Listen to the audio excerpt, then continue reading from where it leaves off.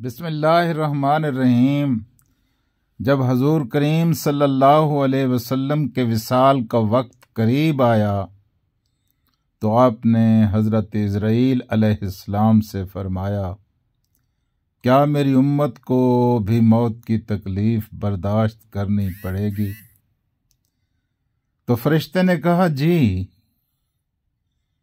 आप सल्लल्लाहु अलैहि वसल्लम की मुबारक आंखों से आंसू जारी हो गए। अल्लाह पाक ने आपकी आंखों में आंसू देखकर फरमाया, ए मोहम्मद, आपकी उम्मत अगर हर नमाज के बाद आयतुल कुर्सी पढ़ेगी तो मौत के वक्त उसका एक पांव दुनिया में होगा और दूसरा पांव जन्नत में।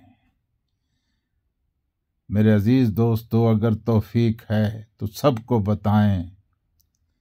अगर किसी एक ने भी इसके ऊपर अमल कर लिया तो आपके लिए ये सदका जारिया है, यह आखिरत का तोशा है। अल्लाह आपको तौफीक